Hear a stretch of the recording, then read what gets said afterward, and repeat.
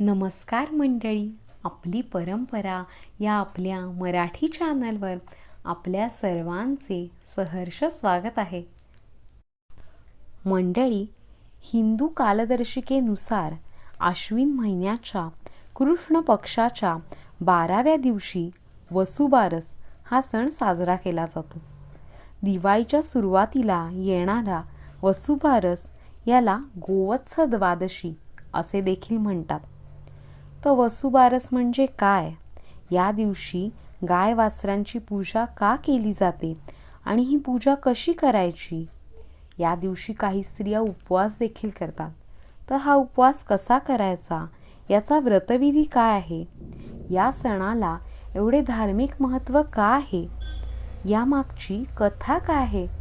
हे सर्व काही आपण आजच्या व्हिडिओत पाहणार आहोत. त्यामुळे व्हिडिओ शेवटपर्यंत पाहत राहा आणि आवडला तर नक्की लाईक करा, तुमच्या मित्रमैत्रिणींसोबत शेअर करा आणि अशाच माहितीपूर्ण व्हिडिओसाठी चॅनलला सबस्क्राईब करा.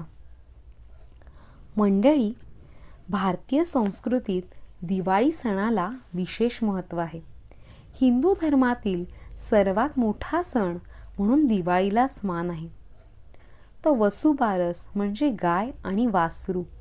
या दिवशी गाय वासराची पूजा करत दिवाळी पर्वाला सुरुवात होते.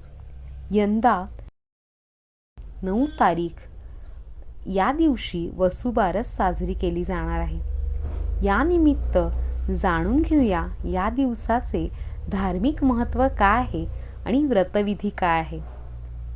हिंदू धर्मात गायीला मातेचा दर्जा देण्यात आला आहे. वसुबारसेच्या दिवशी गाय आणि वासराची पूजा केली जाते. धार्मिक मान्यतेनुसार गायीमध्ये 33 कोटी देवांचं वास्तव आहे. हा सण आश्विन महिन्यातल्या वद्य द्वादशी या दिवशी साजरा केला जातो आणि म्हणूनच वसुबारसेला गोवत्स द्वादशी म्हणून देखील ओळखले जाते. कृषीप्रधान देश म्हणून भारताची जगभरात ओळख आहे. देशातील सर्वात मोठा वर्ग शेती आणि शेतीशी निगडीत व्यवसाय करतो. ग्रामीण भागात लोकांसाठी शेतीसह गाईचे दूध हे उत्पन्नाचे प्रमुख स्रोत आहेत. म्हणून ग्रामीण भागात लोक त्यांच्या गाय आणि वासरांची पूजा करत त्यांच्याप्रती कृतज्ञता व्यक्त करतात. यासह धार्मिकदृष्ट्या देखील वसुबारसेला महत्त्व आहे. या दिवशी माता लक्ष्मी गायीचे रूप धारण करते अशी मान्यता आहे आणि म्हणूनच लोक देवी लक्ष्मीचा आशीर्वाद मिळावा यासाठी गायीची पूजा करतात. वेगवेगळ्या नावाने ओळखला जाणारा हा सण कोठे कोठे साजरा केला जातो ते पाहूया. धनत्रयोदशीच्या एक दिवस आधी वसुबारस साजरी करण्याची परंपरा आहे. महाराष्ट्र, गुजरात राज्यासह दक्षिण भारताच्या काही भागांमध्ये वसुबारस हा सण साजरा केला जातो. त्यानुसार या सणाला महाराष्ट्रात वसुबारस किंवा गोवत्स द्वादशी, तर गुजरातमध्ये बागबारस आणि दक्षिण भारतात याच सणाला नंदिनी व्रत म्हणून ओळखले जाते. त्याचा व्रतविधी काय आहे ते पाहूयात. माता लक्ष्मीची कृपा व्हावी यासाठी वसुबारसेला गाय वासराच्या पूजनासह व्रत केले जाते. समुद्र मंथनातून नंदा नावाच्या धेनूचा उगम झाला अशी मान्यता आहे. धेनूला समर्पित असलेले हे वसुबारसेचे व्रत करत या दिवशी तळलेले पदार्थ, गाईचे दूध, दुग्धजन्य पदार्थ खाल्ले जात नाहीत. सुवासिनी महिला या दिवशी गायीची हळद कुंकू आणि अक्षता वाहत पूजा करतात. तसेच या दिवशी उडदाचे वडे, भात आणि गोड पदार्थ करून ते गायीला नैवेद्य म्हणून खाऊ घातले जातात. ज्यांच्या घरी गाय वासरं आहेत ते त्यांनाच गोधन मानून पुरणाचा स्वयंपाक करत गायीला निरांजनाने ओवाळून पुरणाचा नैवेद्य अर्पण केला जातो. स्त्रिया आपल्या मुलाबाळांच्या चांगल्या आरोग्यासाठी व सुखसमृद्धीसाठी ही पूजा करतात आता जाणून घेऊयात या दिवसाचे काही नियम कोणते आहेत.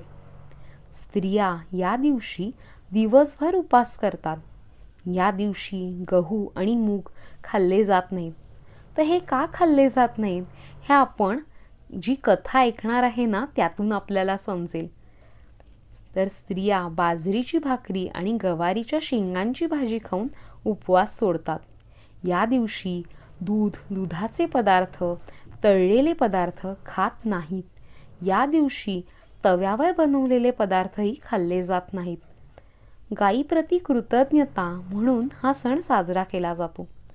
आता जाणून घेऊयात या दिवशी गायवासरांची पूजा कशी करायची ते. या दिवशी संध्याकाळी गाय आणि वासरू यांची पूजा केली जाते. पहिल्यांदा गायीच्या पायावर पाणी टाकावे. गायीला हळद, कुंकू, फुले, अक्षदा वाहून हार घालावा. वासराचीही अशाच रीतीने पूजा करावी. निरांजनाने ओवाळून घ्यावे. गायीच्या अंगाला स्पर्श करावा. गाय वासराला पुरणपोळीचा किंवा गोडाचा नैवेद्य दाखवावा. नंतर गायीला प्रदक्षिणा घालवावी. गायीच्या मनोभावे पाया पडून कृतज्ञता व्यक्त करावी. आणि जवळपास गाय उपलब्ध नसल्यास घरी पाटावर रांगोळीने किंवा तांदळाने गायवासरांचे चित्र रेखावे व पूजा करावी. आता जाणून घेऊया या वसुबारसेची कहाणी काय आहे ते. कहाणी वसुबारसेची. आटपाट नगर होतं. तिथं एक कुणब्याची म्हातारी होती. तिला एक सून होती. गाई गुरं होती. ढोरं म्हशी होत्या. गव्हाळी मुगाळी वासरं होती. एके दिवशी काय झालं, आश्विन मास आला. पहिल्या द्वादशीच्या सकाळी म्हातारी उठली. शेतावर जाऊ लागली. सुनेला हाक मारली, मुली इकडे ये. सून आली. काय म्हणून म्हणाली. तशी म्हातारी म्हणाली, मी शेतावर जाते, दुपारी येईन. तू माडीवर जा, गव्हाचे मुगाचे दाणे काढ, गव्हाळे मुगाळे शिजवून ठेव असं सांगितलं. आपण निघून शेतावर गेली. सून माडीवर गेली. गहू मूग काढून ठेवले. खाली आली. गोठ्यात गेली. गव्हाळी मुगाळी वासरं उड्या मारीत होती. त्यांना ठार मारली, चिरली व शिजवून ठेवून सासूची वाट पाहत बसली. दुपार झाली तशी सासू घरी आली. सुनेनं पान वाढलं. सासूनं पाहिलं. तांबडं मांस दृष्टीस पडलं. तिनं हे काय म्हणून सुनेला विचारलं. सुनेनं सर्व हकीकत सांगितली. सासू घाबरली. न समजता चुकी घडली म्हणून तशीच उठली. देवापाशी जाऊन बसली. प्रार्थना केली. देवा देवा, हा सुनेच्या हातून घोर अपराध घडला. तिला याची क्षमा कर. गायींची वासरं पुन्हा जिवंत कर. असं न होईल तर संध्याकाळी मी आपला प्राण देईन असा निश्चय केला. देवापाशी बसून राहिली. देवानं तिचा एकनिश्चय पाहिला. निष्कपट अंतःकरण पाहिलं. पुढं संध्याकाळी गायी आल्या. हंबरडा फोडू लागल्या. तशी देवाला चिंता पडली. हिचा निश्चय ढळणार नाही असं देवाला वाटलं. मग देवानं काय केलं, गायींची वासरं जिवंत केली.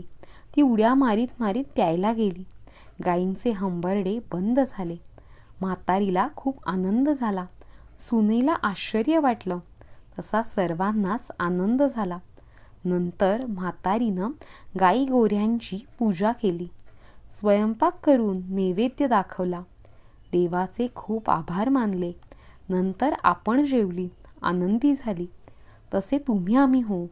ही 60 उत्तराची कहाणी 5 उत्तरी, देवा ब्राह्मणांच्या द्वारी, पिंपळाच्या पारी, गायींच्या गोठी, सुफळ संपूर्ण अशी होती वसुबारसेची कथा, जी आपल्याला फारशी माहीत नाही आहे. कथा आवडली का नक्की कमेंट बॉक्समध्ये सांगा. आणि व्हिडिओ आवडला तर नक्की लाईक करा. तुमच्या मित्रमैत्रिणींसोबत शेअर करा. धन्यवाद.